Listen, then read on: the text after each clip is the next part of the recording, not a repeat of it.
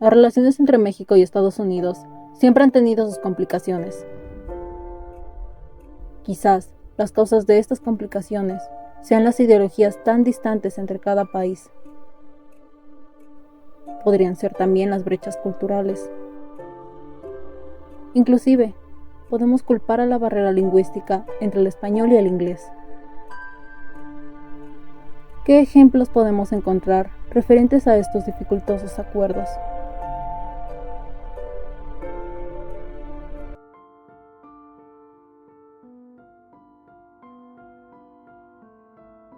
El programa Bracero consistió en una serie de acuerdos diplomáticos entre los Estados Unidos mexicanos y los Estados Unidos americanos, llevadas a cabo entre 1942 y 1964, surge como una forma de brindar trabajo temporal regulado a los mexicanos dentro de los Estados Unidos.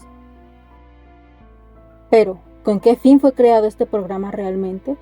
Para responder a eso, debemos remontarnos a los tiempos de la Segunda Guerra Mundial.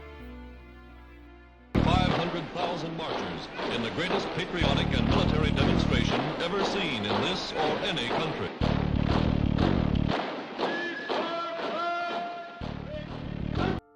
Durante estos años, el número de personas trabajadoras en los Estados Unidos había reducido considerablemente, producto de los reclutamientos militares en defensa del país ante la amenaza alemana.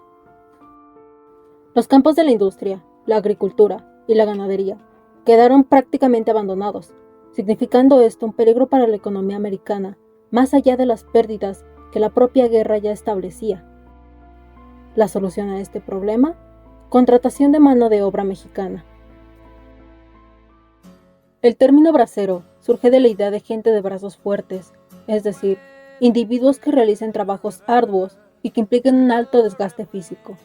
Este término le fue dado a los trabajadores provenientes de México, los cuales desempeñarían ciertos trabajos. El programa fue firmado por los presidentes de ambos países en ese entonces, Franklin D. Roosevelt y Manuel Ávila Camacho, el 23 de julio de 1942. De esta forma, la economía estadounidense no tendría un bajón tan abismal al estar contratando mano de obra barata. Los mexicanos tendrían acceso legal para trabajar en el país y dar parte de las ganancias a su familia, lo que se podría considerar como el famoso sueño americano. De este tratado, algunos de los puntos a resaltarse son: los braceros únicamente debían cubrir la escasez de mano de obra, no desplazar a los trabajadores locales. No podían ser reclutados por el ejército estadounidense. No habría trato discriminatorio a los mexicanos. Se garantizaba a los trabajadores mexicanos los gastos de transportación de ida y vuelta, así como los viáticos durante el viaje. La contratación se basaría en un contrato firmado por el trabajador y el patrón. Se les brindaría hospedaje en habitaciones en buenas condiciones. Y finalmente, se les daría atención médica. Con todas estas ventajas, la demanda para entrar en el programa era excesiva, mientras los trámites eran agobiantemente largos, haciendo casi imposible que el proceso se llevara a cabo de forma eficaz, lo que orilló a miles de trabajadores a tomar una opción mucho más rápida y sin formalidades que imposibilitaran su entrada a los Estados Unidos. Esta opción fue convertirse en una espalda mojada. Una de las principales diferencias entre estos dos individuos eran los pagos dados.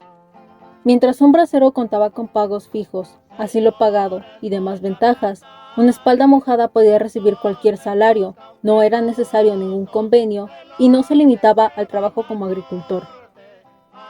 De esta forma, muchos estadounidenses optaban por contratar mano de obra ilegal y aún más barata, mientras el espalda mojada tenía la opción de quedarse en Estados Unidos de forma ilegal por el resto de su vida o casarse para obtener la nacionalidad. Esto significaba un gran problema para los braceros, quienes, incluso sin los tratados, se estableció un punto sobre la no discriminación, sufrían todo tipo de abusos por parte de los habitantes de los Estados Unidos. inclusive de los propios mexicanos que residían allá, quienes los trataban como gente sin educación ni principios morales, como ignorantes, y, en visión de los ciudadanos mexicanos que residían en tierra americana, como malbaratadores del trabajo mexicano. A continuación, veremos la experiencia de uno de los trabajadores del programa Bracero. Me llamo Plutarco Jiménez. Yo nací en Villa Obregón, Jalisco, México.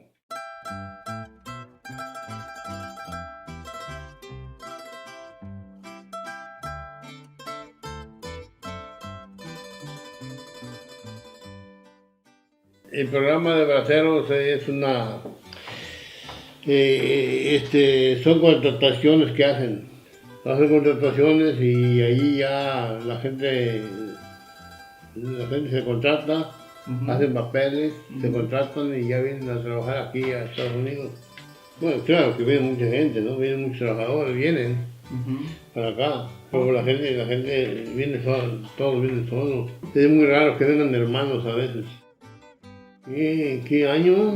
Fue en 1958. Como en agosto 3, agosto 5, por ahí. En ese programa, pues, los trabajos son diferentes. Los trabajos, si es pizca de algodón, te pagan como 5 centavos la libra. Si es por horas, pues en ese tiempo pagaban 70 centavos la hora. Sí, rebajaron el dinero del sueldo del trabajo. Y rebajaron un tanto de dinero, pero ya después le iban a pagar el dinero para atrás, ¿no?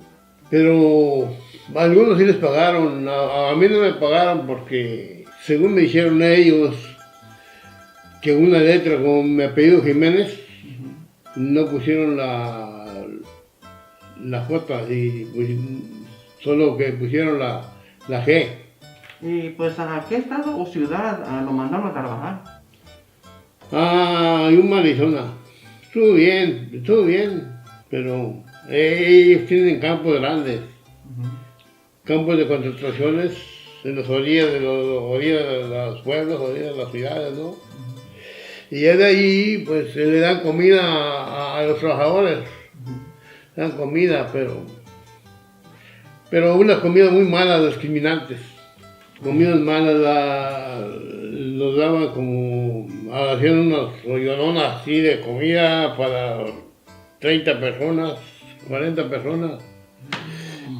Y las gallinas como que estaban casi hasta desbaratándose, como muy viejas en el refrigerador, muy viejas. Y no sabían casi a la gallina.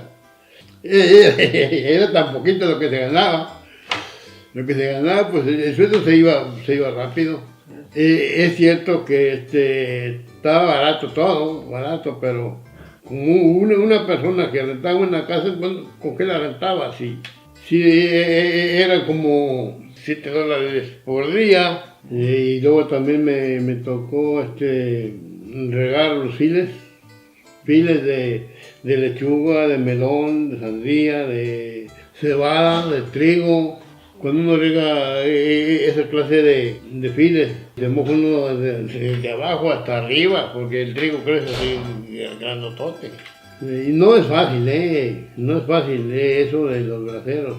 A mí, pues yo hacía de todo. Yo pescaba algodón también, y yo trabajaba por ahí mismo por horas desahijando también lechuga, betabel, todas esas clases de trabajos también. Pues los patrones cuando no se daban cuenta que tú eras bracero, te trataban bien, digo, las asociaciones, porque también son una asociación donde llega la gente y ellos muchas veces cuando no sabes que eres bracero, que tú hablas con ellos, entonces te tratan bien, cuando saben que no eres bracero. Porque si tú eres bracero y ya les hablas como que eres grosero, entonces ya te tratas mal también, hasta los mismos mexicanos se tratan mal. A mucha gente le decían que si no trabajas duro, te vamos a mandar para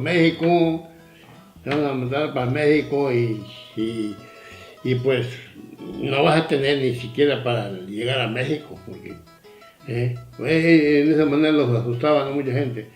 Y a otros no, a otros decían, no, pues, ¿a ti qué te importa? Si me mandas para México, no me mandas para México. Es mi nación, no tiene que importarte a ti nada. Si piensas asustarme por eso, te equivocas. Porque a mí no me vas a asustar con eso. Descanso, no, donde no había descanso era cuando regaban los files de lechuga, de trigo, de cebada, de melón, sandía, entonces no había descanso porque ahí daban 24 horas, regaban 24 horas y luego los rancheros pues ya cuando tenían 2 regadores tenían que ser 2, y ya después ponían 1 para ahorrarse ellos el dinero para ahorrarse el dinero de uno. De modo que pues uno tiene que hacer el trabajo solo, una persona. No importara si muchas veces traías tu carro o algo, pero eso era para ir a cerrar el agua de la...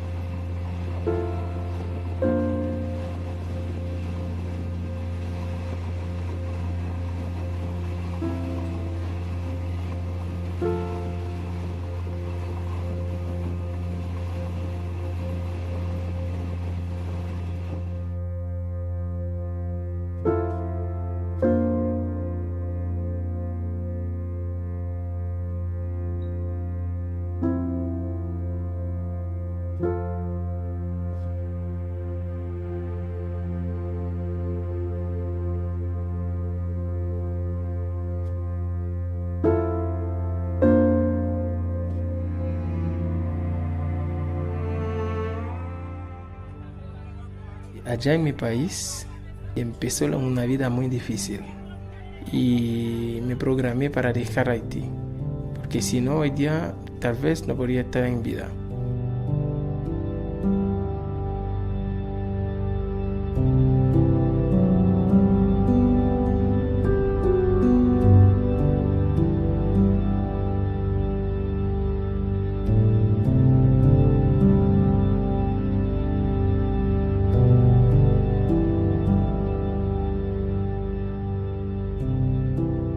Imagínate, en 2010 tuvimos un terremoto que casi dejó a Haití al suelo.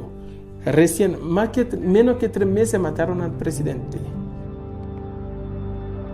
Recién tuvimos otro terremoto, más de 2.000 muertes. Y guerra, desde en el año 1986, Haití nunca conoció un momento bueno. Desde cuando se fue la dictadura de Jean-Claude Duvalier. Pero tenemos casi 215 años desde salimos de la esclavitud. Eso que lo que vi otro día en la frontera es como si fuera un esclavo.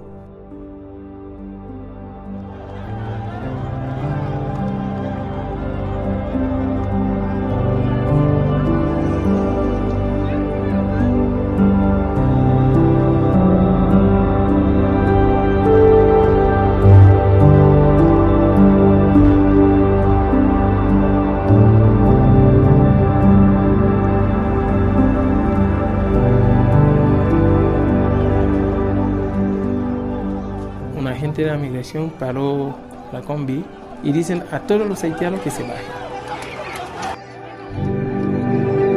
3 o 4 guardias, agentes de la Guardia Nacional, empezó a pegarme. Me rompió mi diente y mi señora vi eso y bajó para pedir auxilio y empezó a gritar auxilio, auxilio. Ellos me dejaron de una vez y empezaron a golpear a mi señora, maltratar a mi señora.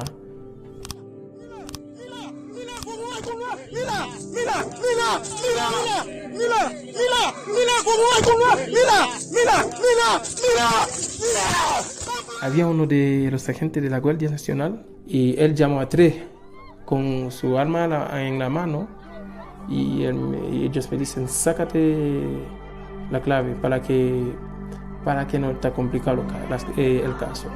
Ellos podían matar a nosotros y nada, no podía pasar porque no hay nadie que estén grabando, no había nadie. Él borró todo, hasta mi video personal que tenía, lo borraron. Eso es un abuso. Así que casi no hay nada de respeto del derecho humano.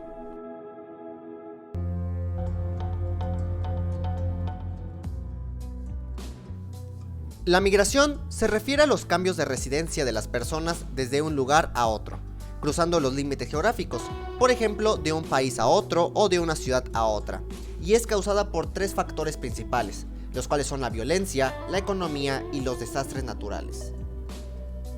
Históricamente, Estados Unidos ha sido un país meta, el cual millones de personas desean alcanzar para mejorar sus condiciones y oportunidades de vida. Pero, ¿cuándo comenzaron las personas a emigrar a Estados Unidos? Para eso retrocedamos un poco en el tiempo.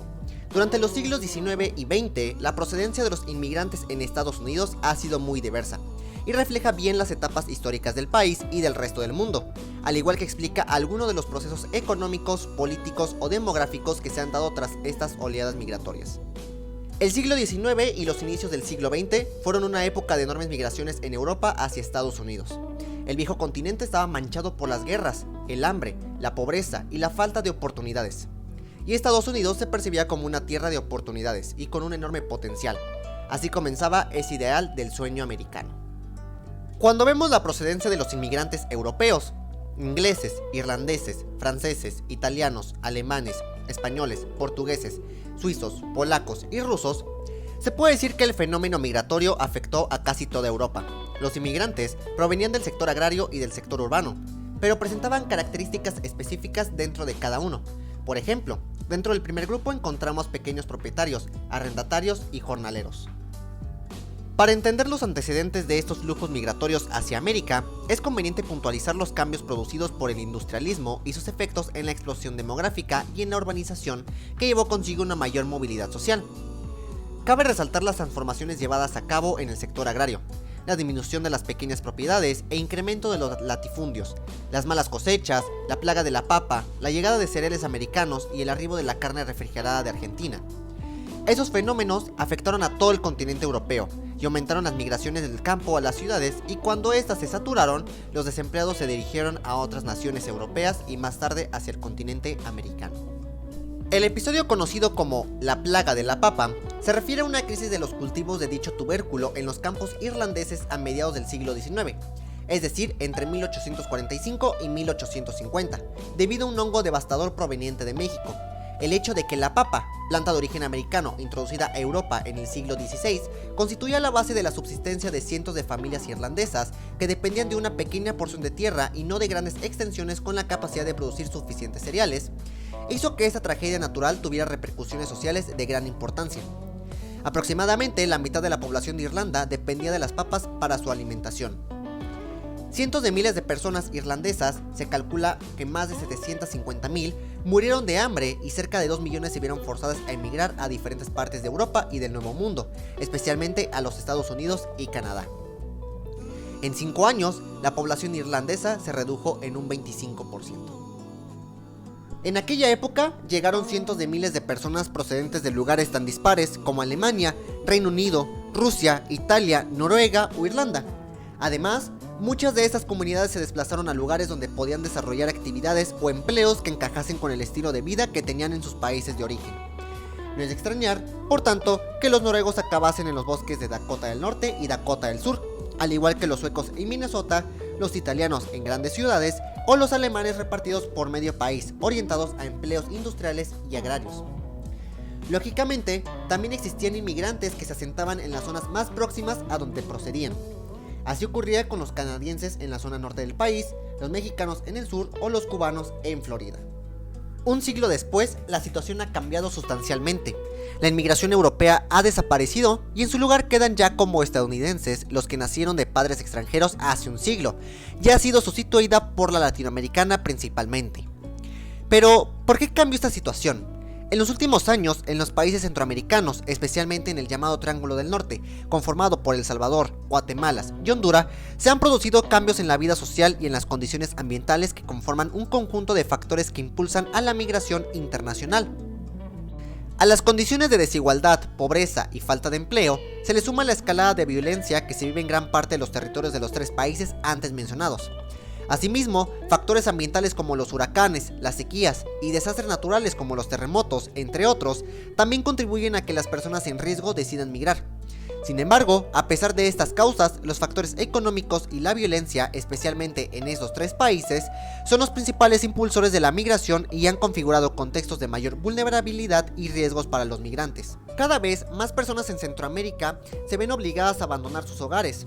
A nivel mundial, ahora hay alrededor de 400,000 refugiados y solicitantes de asilo de El Salvador, Guatemala y Honduras, cifra que ha aumentado a una tasa anual del 13%. Compuestos por la inestabilidad socioeconómica y la pobreza, escapan de la violencia de las pandillas, las amenazas, la extorsión, el reclutamiento de pandillas o la prostitución, así como la violencia sexual y de género.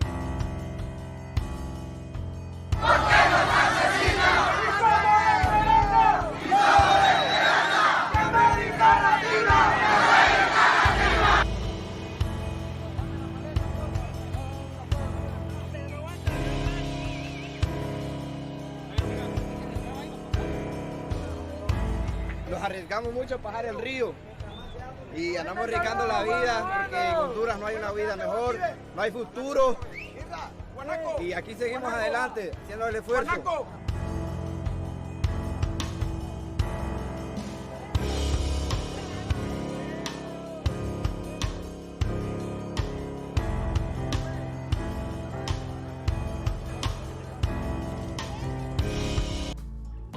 Mientras tanto, la crisis política en Nicaragua desde abril de 2018 ha llevado a decenas de miles de familias a huir de la violencia y las violaciones de los derechos humanos.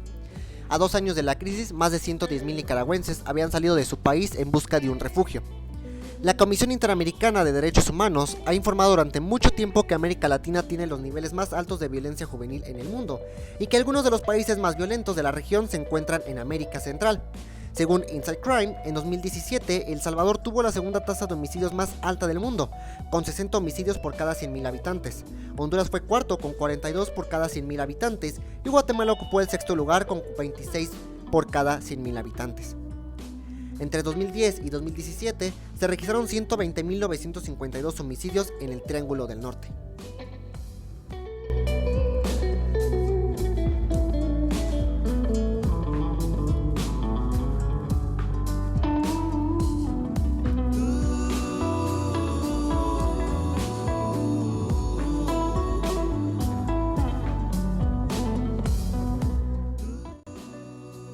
Otra de las causas más comunes de la migración es la economía. Un ejemplo es que en promedio alrededor del 40% de la población en América Latina gana salarios por debajo del mínimo establecido por el país, y esa proporción es mucho mayor entre las mujeres y los jóvenes entre 15 y 24 años de edad. Esta cifra asciende al 60.3% entre las mujeres y los jóvenes. Los países del Triángulo del Norte se encuentran entre los más pobres de América Latina. Aproximadamente el 31% de la población de El Salvador y aproximadamente la mitad de la población de Guatemala y Honduras vive con menos de $5 al día. Si bien la pobreza es, sin duda, uno de los principales impulsores de la migración, sin embargo, muchos expertos dicen que no es la principal causa. Los altos niveles de desempleo y el crecimiento de la población también se suman al problema. Las economías del Triángulo del Norte se caracterizan por un alto nivel de informalidad. Así, aunque el promedio latinoamericano de empleo en el sector informal ronda el 47%, alcanza el 63% en El Salvador, el 73.5% en Guatemala y el 74% en Honduras. La informalidad también está vinculada a la pobreza en la región. La propiedad de la tierra y el poder económico se han concentrado en un pequeño grupo de alto rango, causando una desigualdad extrema. Según la Agencia de los Estados Unidos para el Desarrollo Internacional, en el altiplano occidental de Guatemala, donde hubo una importante migración durante el último año, El 76% de la población vive en pobreza y el 27% en pobreza extrema. Los desastres naturales son un factor que afectan demasiado, ya que los países de Centroamérica no tienen el nivel de desarrollo de infraestructura para resistir un desastre natural.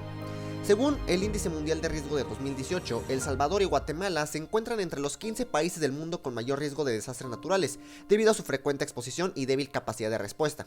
El corredor seco centroamericano, que cubre el 58% de El Salvador, el 38% de Guatemala y el 21% de Honduras, es extremadamente susceptible a lluvias irregulares.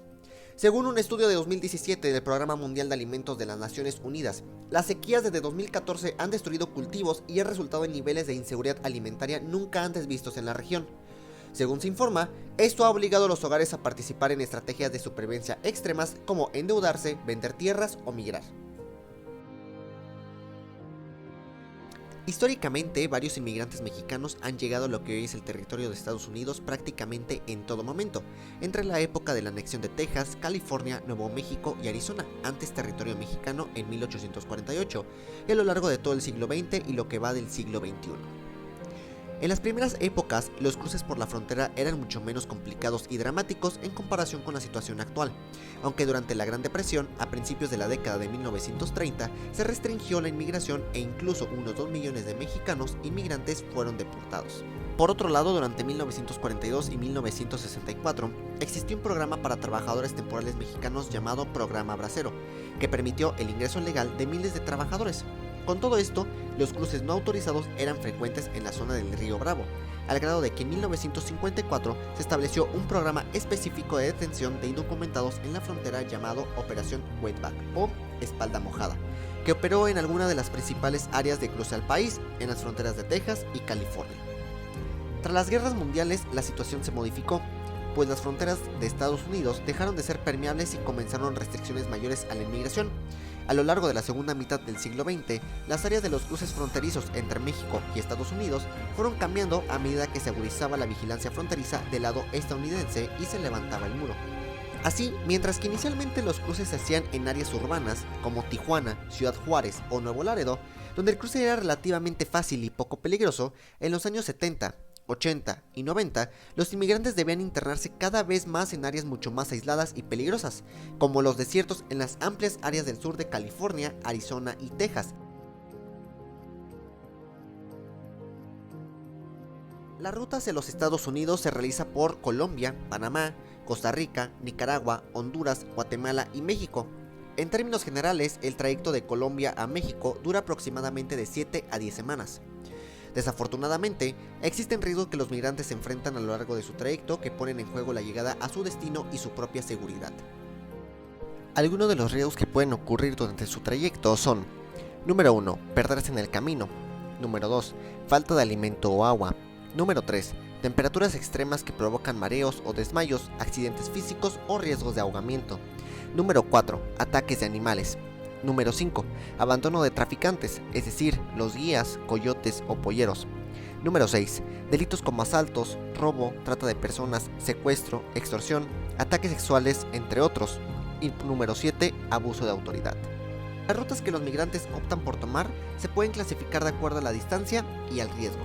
Comenzamos con la ruta del Atlántico, ya que las agresiones suelen ser más frecuentes y considerables en esta ruta, debido al control que tienen los grupos del crimen organizado y los cárteles del narcotráfico, ya que, al ser la más corta, es la más utilizada por algunos grupos de población, como las mujeres, personas LGBTI, niñas, adolescentes, así como personas de la tercera edad.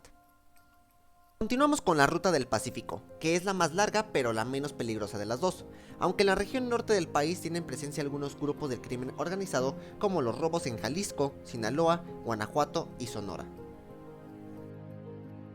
Continuando con las rutas con base al nivel de riesgo, encontramos 3, las cuales son: el corredor que va de Aldama, Tamaulipas a Ojinaga, Chihuahua, la cual tiene altos índices de desaparición. Continuamos con la carretera de San Fernando a Matamoros, Tamaulipas, la cual es controlada por el crimen organizado. Y finalmente tenemos el camino de Chahuites, Oaxaca a Tehuacán, Puebla, en la cual particularmente el escopetazo y la tembladera son zonas de alta peligrosidad. En años recientes, una de las más notorias y terribles rutas que los migrantes toman en su intento de llegar a los Estados Unidos es el llamado Camino de la Bestia, como llaman al tren que atraviesa México de sur a norte y que conduce en sus techos a inmigrantes mexicanos y centroamericanos hacia la frontera con los Estados Unidos. Aunque los mexicanos y centroamericanos son los más numerosos por razones geográficas, en esta ruta otros migrantes también la utilizan, entre ellos sudamericanos e incluso personas de la India que vuelan a Guatemala y desde allí llegan a México y a la frontera con los Estados Unidos. La ruta de la bestia es larga y múltiple.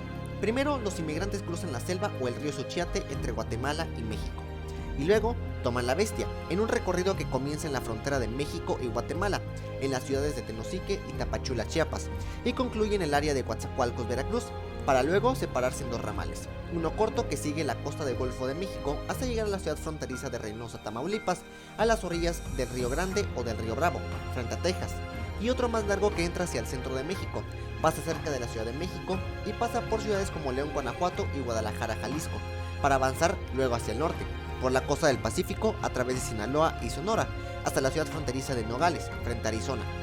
Algunos inmigrantes siguen luego su camino hasta Tijuana, Baja California, ciudad fronteriza con el área de San Diego, California. Al principio, la ruta es netamente tropical y rural al cruzar por los estados del sur y el Golfo. En el centro de México se vuelve templada y cercana a las grandes áreas urbanas. Pero en su avance hacia el norte, sobre todo en Tamaulipas y Sonora, el panorama se vuelve más agreste, caliente y en muchos casos desértico y desolado.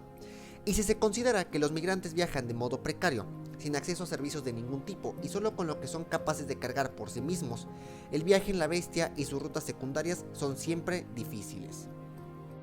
Además, ese camino coincide en buena parte del trayecto con áreas de operaciones de bandas del crimen organizado, narcotraficantes y traficantes de personas que frecuentemente amenazan, explotan y agreden a los migrantes.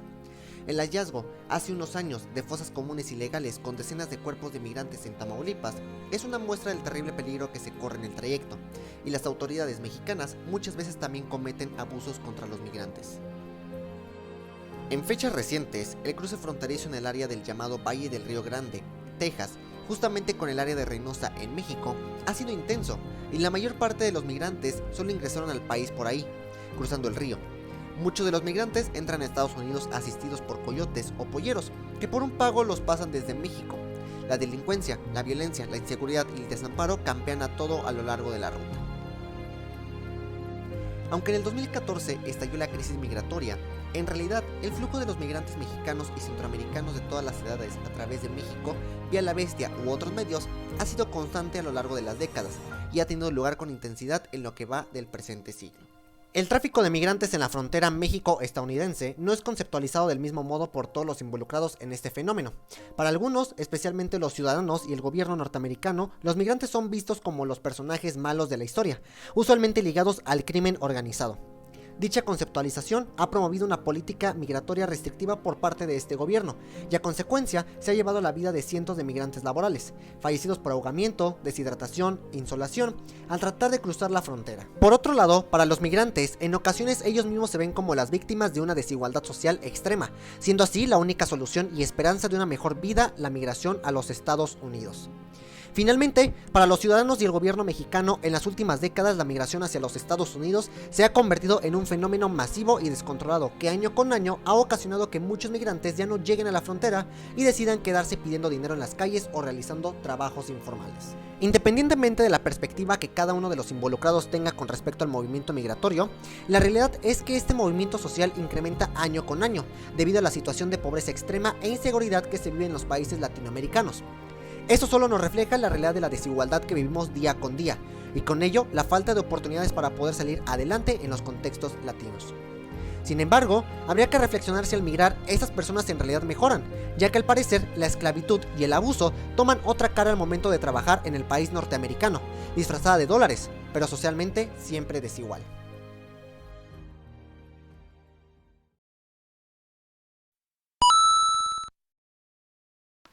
Los choques culturales causados por la frontera México-Estados Unidos han sido más importantes de lo que se piensa.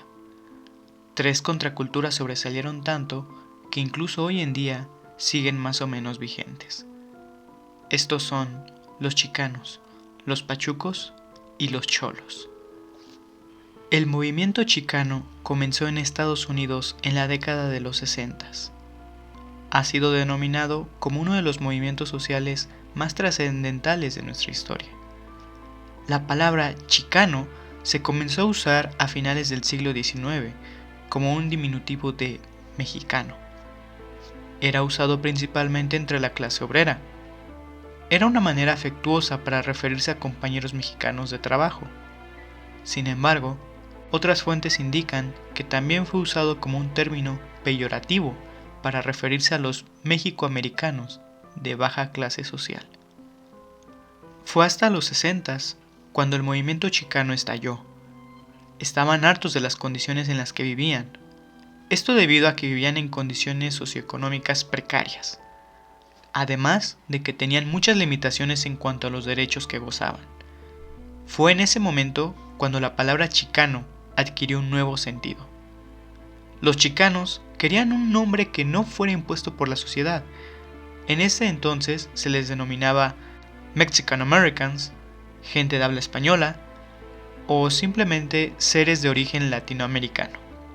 Sin embargo, ninguno de estos nombres los satisfacía, por lo que decidieron autodenominarse chicanos. Ser un chicano significaba tener orgullo de uno mismo, tener orgullo de su legado histórico y tener orgullo de su mexicanidad, idioma e identidad.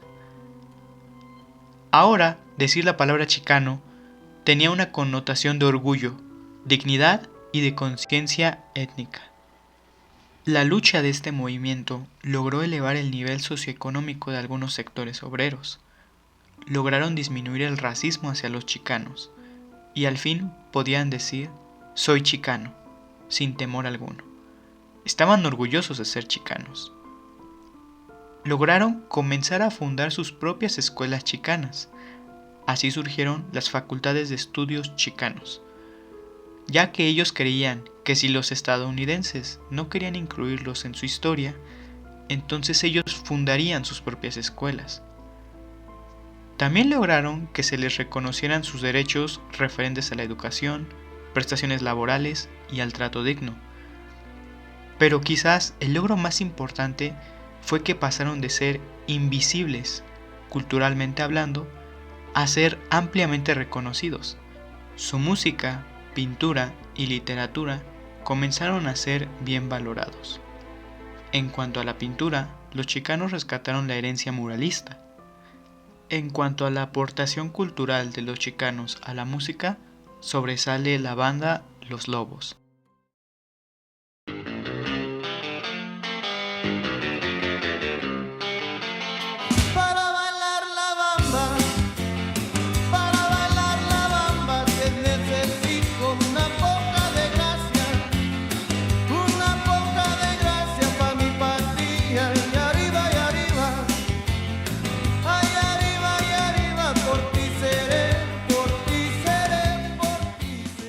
Algunas celebridades chicanas famosas de la actualidad son Selena Gómez, Demi Lovato y Jessica Alba. Los chicanos han causado tanto revuelo hoy en día que incluso existe una comunidad japonesa que imita el modo de vida de los chicanos. やったり、ギャングの感じもそうやけど、そういうのに惚れてやってるだけで、言うたらライフスタイルでもあり趣味でもあるかなぐらいの感じ。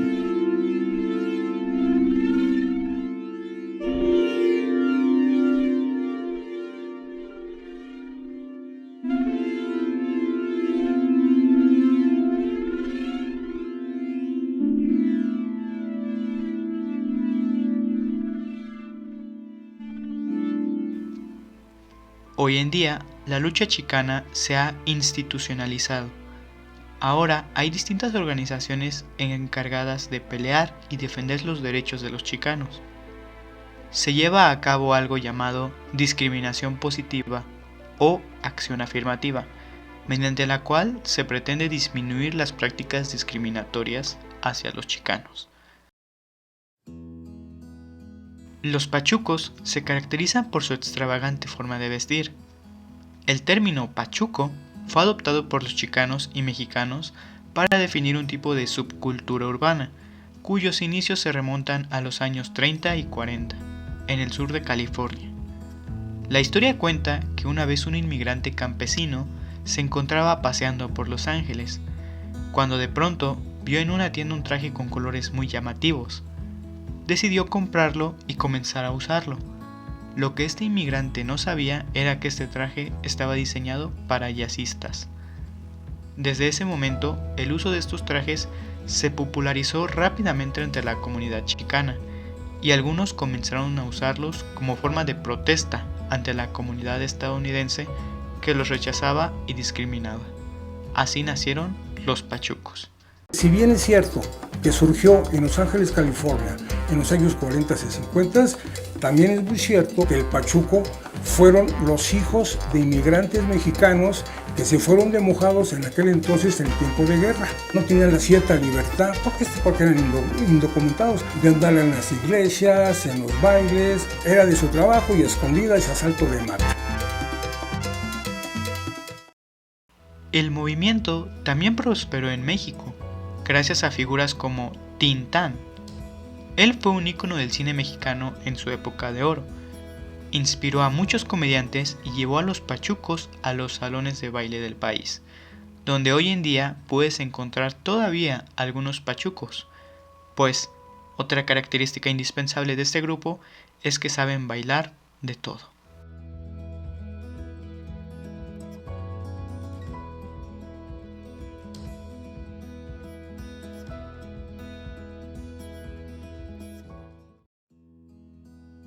Incluso existen rumores de que la película La Máscara de Jim Carrey se inspiró de la película El Rey del Barrio, una película protagonizada por Tintán en 1950. En ambas películas podemos ver escenas muy similares. Además, el traje utilizado por La Máscara es idéntico al de los pachucos, por lo que se puede decir que en esta película existe un homenaje escondido al movimiento pachuco.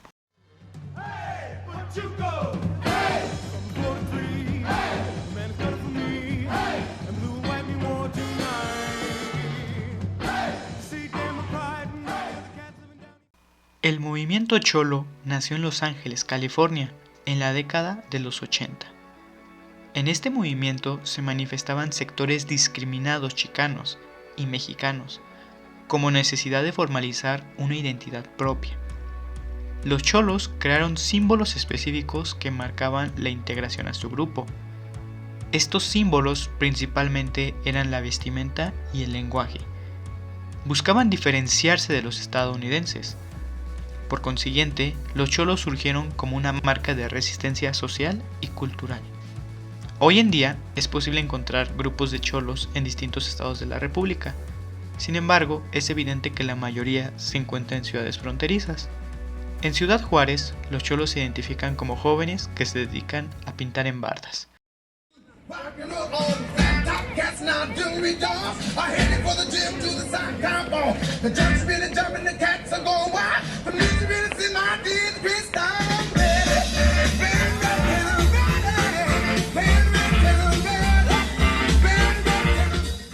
Incluso algunas de las llamadas firmas que realizan en bardas encierran una agresión contra la raza blanca. Los cholos tienen un estilo característico en todas sus formas de expresión. La forma común en que se organizaban los cholos se daba a través del barrio. El barrio y la banda representan la unidad contra los de afuera. El barrio y la banda son la base de unidad y convivencia entre amigos. Los cholos tenían reglas inquebrantables.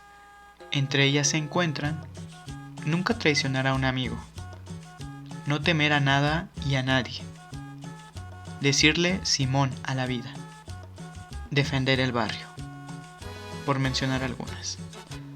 Se caracterizaban por el uso de tatuajes referentes a la Virgen de Guadalupe o a su pandilla.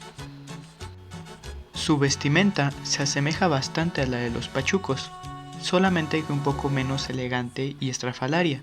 Sin embargo, era muy importante para los cholos estar siempre alineados, es decir, tener la ropa limpia y bien planchada. El lenguaje es parte importante de una cultura, y para chicanos, pachucos y cholos, el Spanglish es el reflejo perfecto del encuentro entre las culturas de Estados Unidos y México junto a otros países hispanohablantes.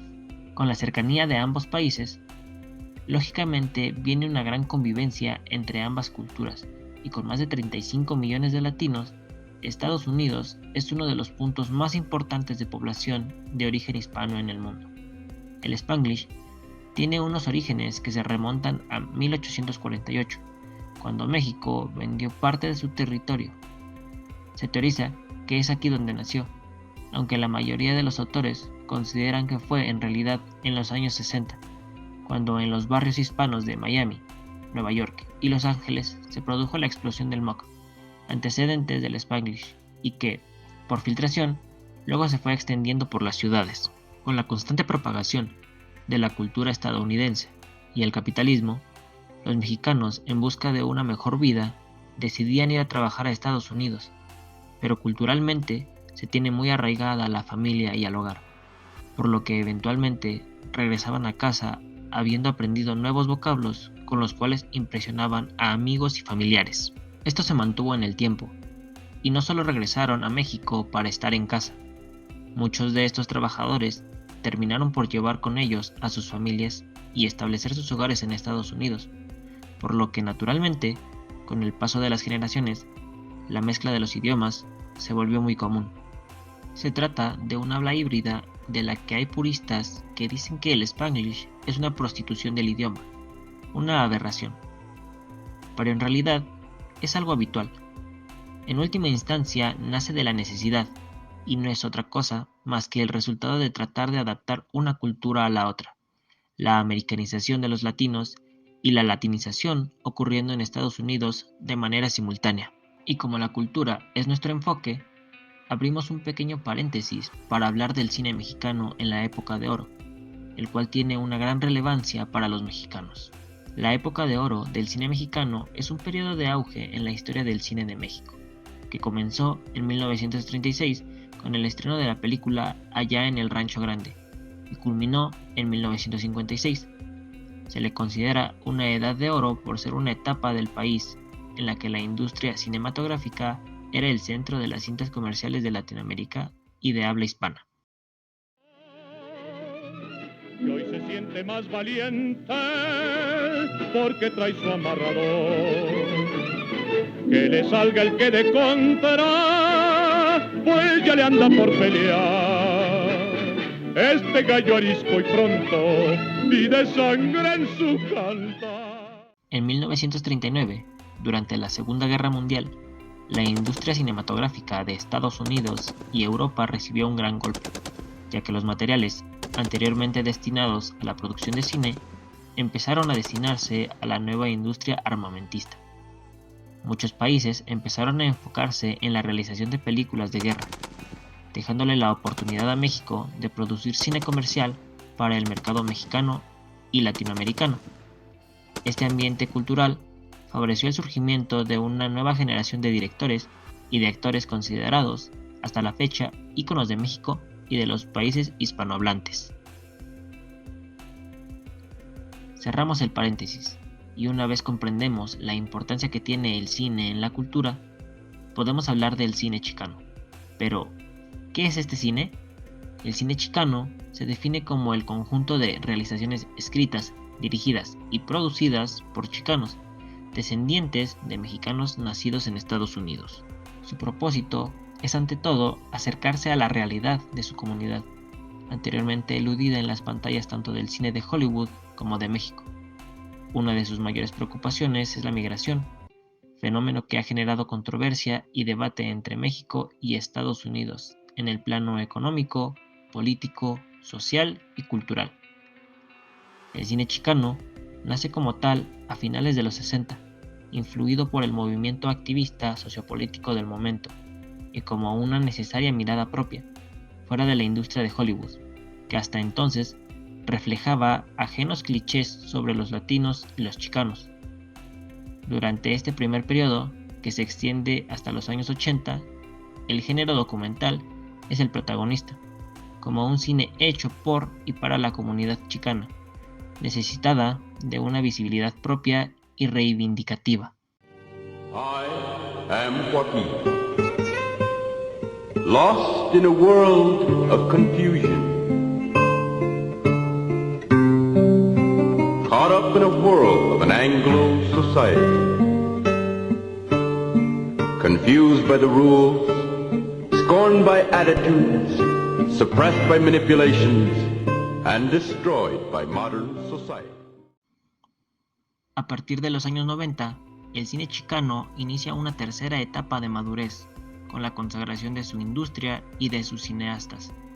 Esta tendencia se corresponde con el llamado Latino Boom de la sociedad estadounidense, que implica un mayor protagonismo social, político y económico de los latinos y chicanos en la vida del país. Este es tu bautismo, güero. Creamos la onda solamente 7. Este es el círculo interno. Todos tenemos un voto de igualdad, pero yo soy el portavoz elegido. Todos son capitanes y mandan a sus soldados. Esta es la última vez que estarás sentado en el círculo. Pasaste la prueba y por eso te admitimos en la onda. Es un compromiso de por vida. Como soldado responderás a este concilio y cumplirás órdenes sin preguntar nada. Si nos fallas, te mueres. 500 años hemos sufrido la opresión de nuestra raza. Pero aquí, entre nosotros, vamos a parar ese desmadre. Porque esta tierra es de nosotros. Sangre por sangre. Pero el cine no es el único medio por el cual la cultura chicana se hizo escuchar. También se hicieron presentes en la poesía, donde encontraron otra manera de dar visibilidad a su gente y sus vivencias. La poesía chicana contemporánea se escribe principalmente en el suroeste de los Estados Unidos, es decir, en Texas, Nuevo México, California, Arizona y Colorado. Casi todos los poetas son de ascendencia mexicana, y por lo mismo escriben tanto en español como en inglés, o en ambos idiomas simultáneamente. Intentan mostrar al público mexicano un panorama mínimo de las preocupaciones, tendencias y temas palpables en la poesía chicana escrita en español. Para algunos, la esencia de la poesía chicana es necesariamente política, a causa de la atención constante exigida al chicano por la presión e influencia de los predominantes valores de la cultura anglosajona. Y si nos remontamos a sus orígenes, la década de los 60 vio surgir con poder a la literatura chicana. Las voces de los mexicoamericanos tomaban fuerza a través de la palabra escrita, y por primera vez, hijos de migrantes plasmaron su realidad en cuentos, poemas y ensayos críticos que abundaban en temáticas, pero que sobresalían por la crítica social que representaban. Era un método más sofisticado de protesta. Y nos preguntamos, ¿qué es lo más importante? La respuesta a esto es el renacimiento de un grupo que se consideraba minoritario en un país que ignoraba su situación, constituyendo la identidad perdida mientras se exigían respuestas por la violación de sus derechos. Los poetas chicanos están legítimamente orgullosos de las peculiaridades lingüísticas de su español, las cuales no siempre van conforme a las normas del español escrito en otras partes del mundo. En su lucha por adquirir identidad propia, ellos consideran el idioma algo esencial. Lalo Delgado, quien fue un poeta, profesor y activista social mexicano, en 1943 emigró con su madre a El Paso, Texas, donde creció en el seno de una comunidad de latinos. Fue autor de 3 poemarios y defensor de los grupos chicanos, frecuentemente discriminados por su origen étnico y uno de los máximos representantes de su literatura. En sus libros más recientes, Lalo señaló que si el movimiento chicano quiere sobrevivir, precisará abrirse a ideologías no chicanas. Él ya no acepta más el eslogan movimentista, dentro de la raza todo, fuera de la raza nada. La actitud política no está ausente, pero nunca se vuelve el único tema a tratar para los distintos escritores. Ellos, además de la política, tienen otras preocupaciones. La inquisición histórica y nostálgica de las raíces propias es un tema frecuente en la poesía chicana. A los poetas les interesa hacer ver la familiaridad del pueblo chicano con la historia y cultura de México. Con todos estos elementos, tanto idioma como medios artísticos, sea cine o literatura, se puede observar cómo la cultura chicana tiene fuertes rasgos que la distinguen de otras. No es totalmente estadounidense, ni tampoco totalmente mexicana. ya que el contexto de las personas que la conforman es muy diferente. Las interacciones y experiencias que un chicano tiene a lo largo de su vida serán muy distintas de los otros dos casos, porque aún habiendo nacido en Estados Unidos, ha existido un rechazo hacia ellos desde el inicio. Y si bien esta resistencia ha sido menor con el paso del tiempo, el incremento en el número de habitantes mexicanos y latinos ha sido importante para que exista un progreso en el recibimiento de esta u otras culturas en la nación. Y si bien crecen con costumbres e ideas de la cultura mexicana, el territorio en el que se desarrollan y muchas de las personas con las que conviven tienen unas costumbres muy diferentes, por lo que ambas culturas chocan inevitablemente. Pero no todo tiene por qué tener una connotación negativa necesariamente, ya que si bien puede que las personas a su alrededor no los comprendan, los chicanos tienen la virtud de crecer con ambos puntos de vista, lo que les permite aportar una nueva visión a este acercamiento entre México y Estados Unidos. Comprender a otros no es sencillo, pero este tipo de culturas surgidas de la mezcla de dos muy distintas puede ayudar en el proceso de aceptación de aquello que nos resulta desconocido, así dejando de verlos ajenos a un lugar u otro y considerarlos partes de los dos por igual.